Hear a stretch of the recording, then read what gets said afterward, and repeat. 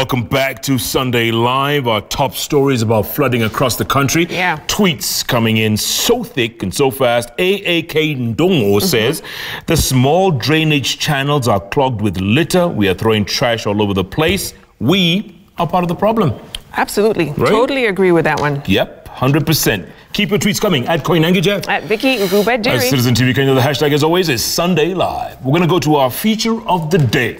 And we're going back. Political interests, horse trading, and walkout threats led to the scrapping of key aspects of the 2010 Constitution. Well, tonight, the people who charted Kenya's constitutional path relive the moments of the spirit of the document that was taken away as politicians conspired to dilute the original document. Enoch Sikolia brings us that story.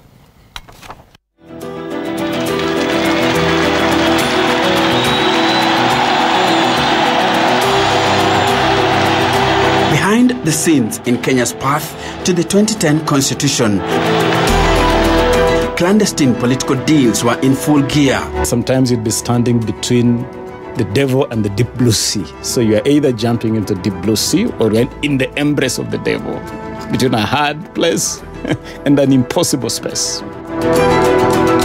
In these secret wars, both sides of the political divide made mistakes that will haunt the country for years. We were talking about hybrid kind of constitution. With exclusive testimonies from both sides of the then political divide, this is the story of how politics changed certain aspects of the Constitution. We were very shocked when the document came back to us.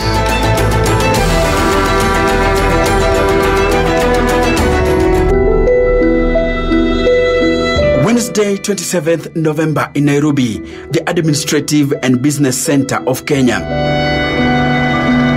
But today is not just any day in the capital city.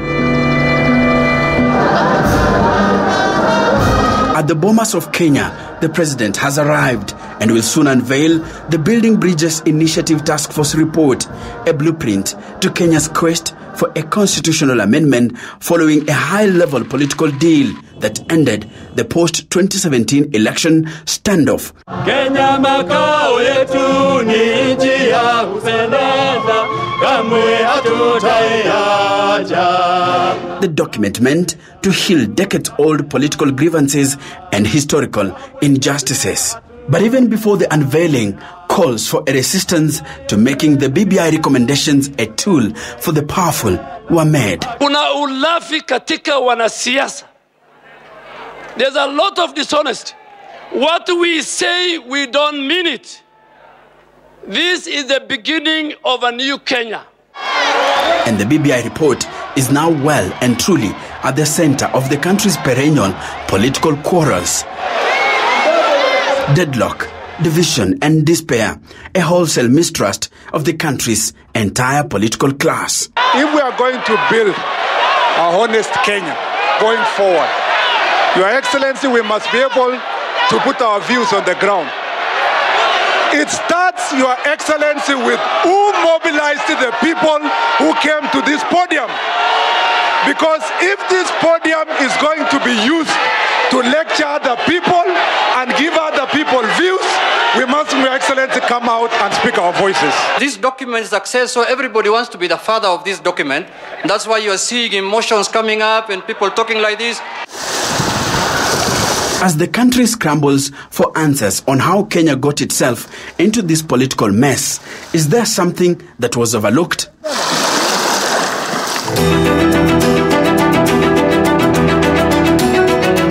How come the 2010 Constitution, hailed as one of the most progressive in the world, did not settle the long-running political questions?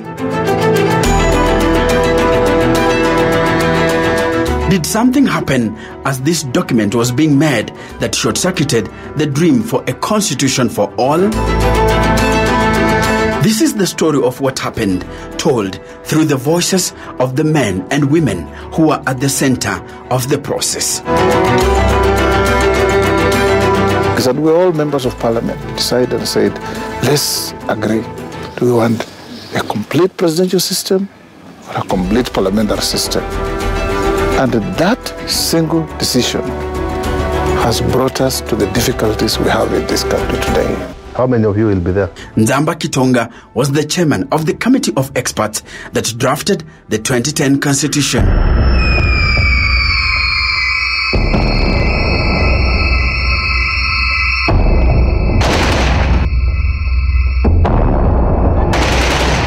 His team came onto the scene of constitution making on the back of a disputed election in 2007. They had many documents to work with and in the end produced what they called a harmonized draft, which brought together provisions from all previous drafts. It was now up to a 27-member committee of parliamentarians to take it forward. The committee congregated in Naivasha for close to 11 days and made what critics say were ad hoc and chaotic changes that altered key aspects of the design of the document. The politicians, we have to understand, had their own political interest and also had their own interest of survival. The Parliamentary Select Committee was to build a consensus on key issues. Contentious ones were to be debated and an agreement struck. But as history records, it turned out to be a period characterized by deadlock, divisions and despair. And then came the deals. At this point, consequences and the future of Kenya were pushed to the back burner. At first, there were certain members of parliament who could not imagine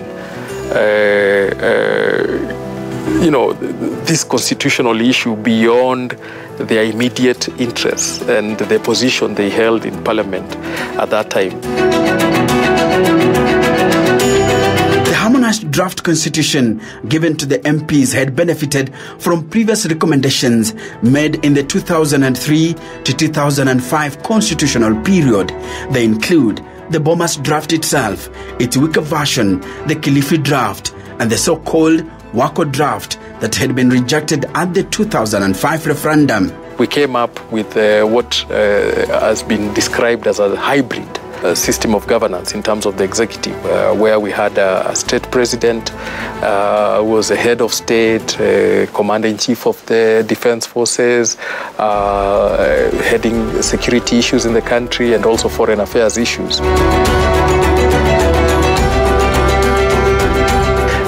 But assisted by a prime minister who would be appointed from the membership of the National Assembly and how that was able to command confidence in terms of who was a leader of the formation or party with the highest number of votes. So the Prime Minister would be the head of government, preside over cabinet, and coordinate the day-to-day affairs of government. The idea was to capture a number of offices that would make Kenyans feel they're included, they are all part of the governance system. And that is why we came up with a document that has those offices, and also the leader of opposition has a constitutional office, so that the 6 million who vote for another presidential candidate feel that they are part of the governance system. What Kenyans wanted out of the executive was a betterment or better efficiency in delivery of services, in ensuring that we had a government that will improve their lives, will protect their rights, will ensure their children can go to school and get medical care. So at the end of it, that's what we wanted to achieve. A national executive that really speaks to the interests of wananchi. And definitely it would have to come with a certain framework, of which again Kenyans called for. In reference to the then proposed hybrid system of governance, the committee of experts was convinced that the two centers of power at the apex of the governance structure would have enhanced accountability. But also you create efficiency because the president has his or her duties well defined, whereas the prime minister has his or her duties also very well defined. But with the harmonized draft being made public in November 2009, the proposed system of government turned out to be one of the issues that were to be contested. it formed part of the agenda of the famous 2010 Naivasha meeting. The 27 members drawn from the Party of National Unity, PNU, and the Orange Democratic Movement, ODM, were picked to chart that path, a path that was characterized by intense political horse trading and threats of walkout by some MPs. Hopes of Kenya writing a new constitution was squarely in their hands. Which way, in terms of form of government, was a big one. How long did you take? Divisive. We took forever on it. We took forever because we kept going back, forth. We would argue to a point where we say, let us park this one. Let us deal with some softer tissue first, and then we'll come back to some of the... So it took, I would say that it is a discussion that sort of ran the full course of our discussions or of our deliberations. However good or bad, if they had not come up with a consensus, the process would have died then. You sat in that committee as a delegate of your political formation. And remember, this was happening in the context of the coalition government. A coalition government where there was a feeling that this is a nusu mukate 50-50, okay? So even as we go to Naivasha to start negotiating these difficult issues, it was in the context of that sharp, clear political cleavages, okay? Where ODM is saying parliamentarism is the best form of government for Kenya. And the PNU side believes that presidentialism or a centralized and a strong centralized system is what the country needs. And I can tell you that we negotiated that matter to a standstill. With President Mwai Kibaki retiring after the 2013 general election, the discussion about the form of government had possible presidential candidates in mind, and then Prime Minister Raila Odinga was seen as the front-runner in the Kibaki succession contest. It was viewed that each system had electoral advantages to certain political players, but no one talked about the lack of trust that seemed to take away the very core reason the Naivasha retreat happened. Discussions based on personalities rather than merits and demerits then took over. The question was, do you want to give a person, do you want to entrust the management of a country with a person who has not been voted popularly? That's the Prime Minister. That's the Prime Minister.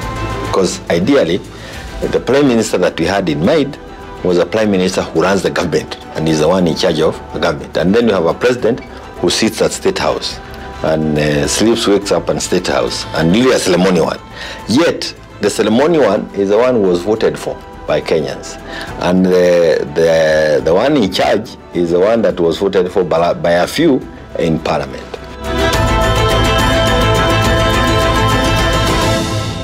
Let's own up to this.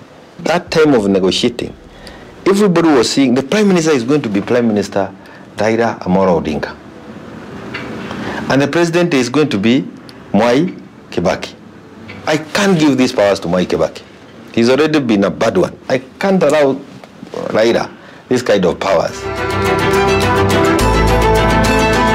But it was widely known that Mwai Kibaki was serving his last term, and the battle for State House was going to be between Raila Odinga, Uhuru Kenyatta, William Ruto, and then Internal Security Minister, the late Professor George Saitoti.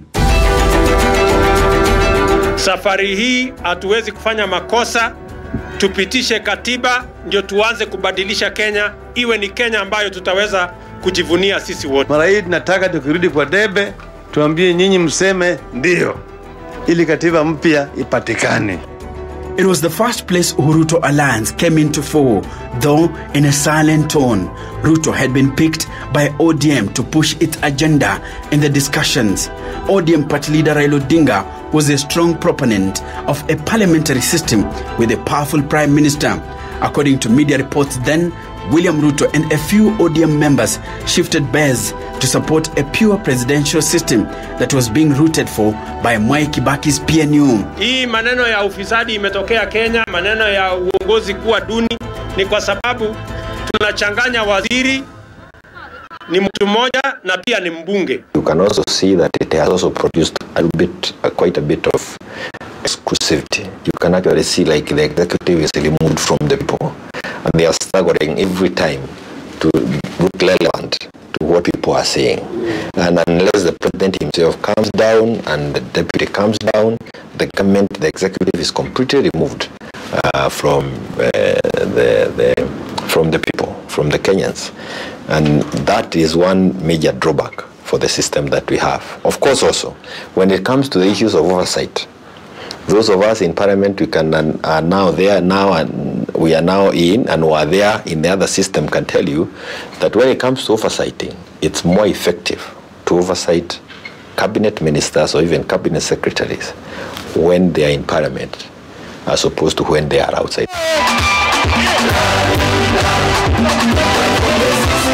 And with it came a shift in ODM's stance on the form of government. The mark of a good constitution maker is the ability to look long beyond themselves, so that you look at the architecture of the constitution and you remove yourself from the picture. It is true that there were some elements within the ODM party at that time who were entering into very private conversations with the PNU side. But ODM had to cut a deal with PNU. We then as ODM or as the opposition were so keen on having devolution, and it was so dear to us that we needed to make sure that devolution takes effect. So in the trade-off, we realized that pushing for devolution and pushing for the Bomas draft was meeting total resistance from the PNU side at that time. And this is why we then brokered some harmony, some consensus. The PNU at that time was more keen on a centralized and strong executive. The Bomas draft had parliamentary system. Ilipoenda Naivasha, Ruto na Uhuru wakashikana na wengine wakatupa parliamentary kutoka dirisha. Tukakuwa presidential. And looking back, it's, for me as a participant in Naivasha, it's a regrettable decision that we made, because we abandoned a structure of representatives of the whole country who sat in Bomas, who for almost 1 year painstakingly went through chapter by chapter and advised the country that you must have a mixed system. All of a sudden, as members of parliament, we threw caution to the wind, we picked expediency as the driving force and say, let's finish quickly, pure presidential, let's go and bite the bullet. Remember, we were now beginning to enter into the new cycle of approaching the next election, and Kibaki was retiring. So the question was that if you don't strike a deal when there's an opportunity to strike a deal, what happens if there's another president who refuses to listen at all to any matters of reform? We are expecting very minor alterations from Naivasha, but we were very shocked when the document came back to us. They had removed the office of Prime Minister, they had removed leader of the opposition, they had removed this idea of ministers being both from the National Assembly and from outside. They had overturned the Senate as the lower house, which does not happen anywhere in the world. Before the January 2010 Naivasha retreat happened, the committee of experts had recommended the establishment of a bicameral house with the Senate as the upper house. It was unfortunate that even when the revised Harmonized draft came out, there was a clause that actually categorically stated that the Senate would be the lower house and it would have limited legislative authority. We knew clearly this is a Senate lower than the National Assembly, because unlike other Senates, they do not validate anything done by the National Assembly. This one, the National Assembly really validates whatever the Senate does. Because, for example, and it was clear in our minds, if the Senate was to pass any law, that law must come through the National Assembly. It is only the National Assembly that can take the law to the President for assent. Whether you're talking of a presidential system or a parliamentary system, Senate is always the upper house, the house of revision and the house of reference, so to speak, whether in the UK, the House of Lords, or Senate in America, or in Australia, or wherever.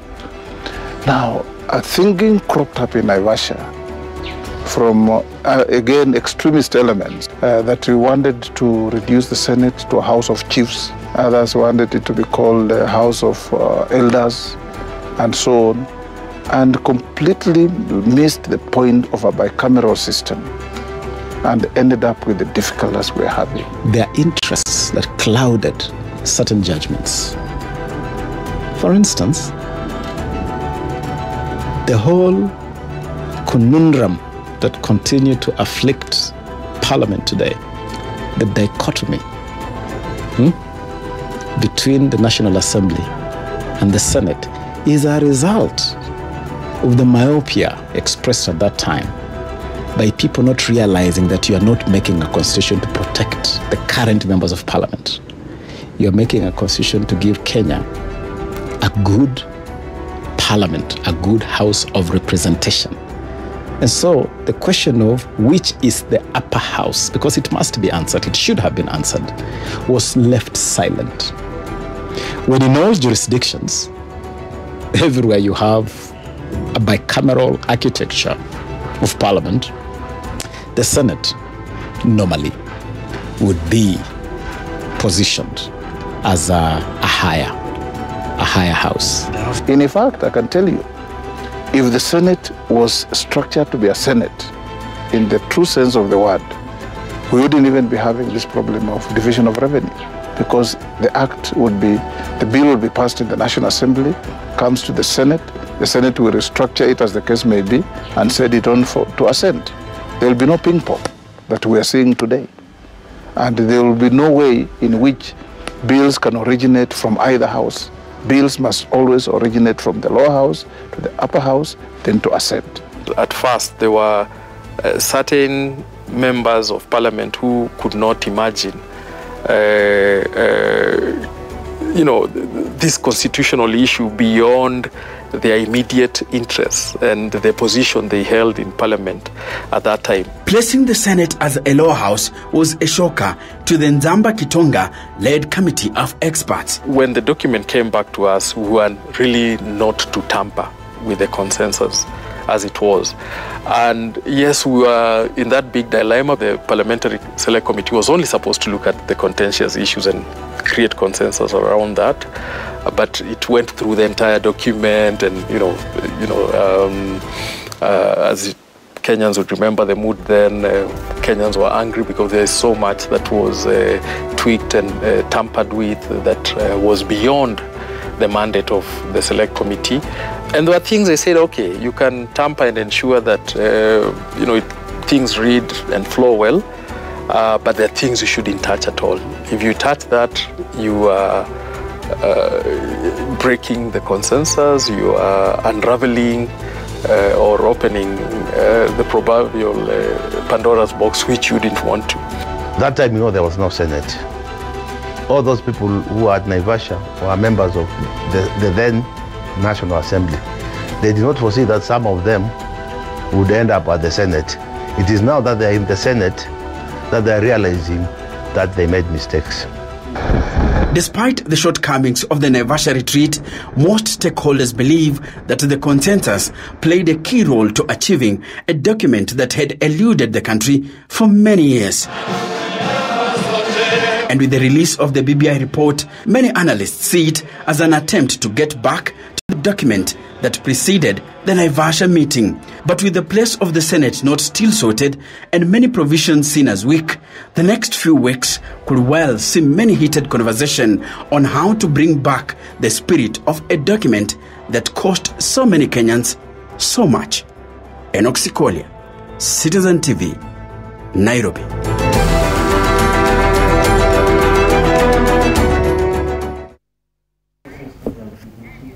Wow. Takes us back to Naivasha, huh? Yeah, the intrigues behind the Constitution that governs us now. Absolutely. Yeah. We're going to take a break, come back. Plenty more ahead on Sunday Live. Remember last week on your story, the 3 little kids from Marigat that danced? That had us trending till now, actually. Till now.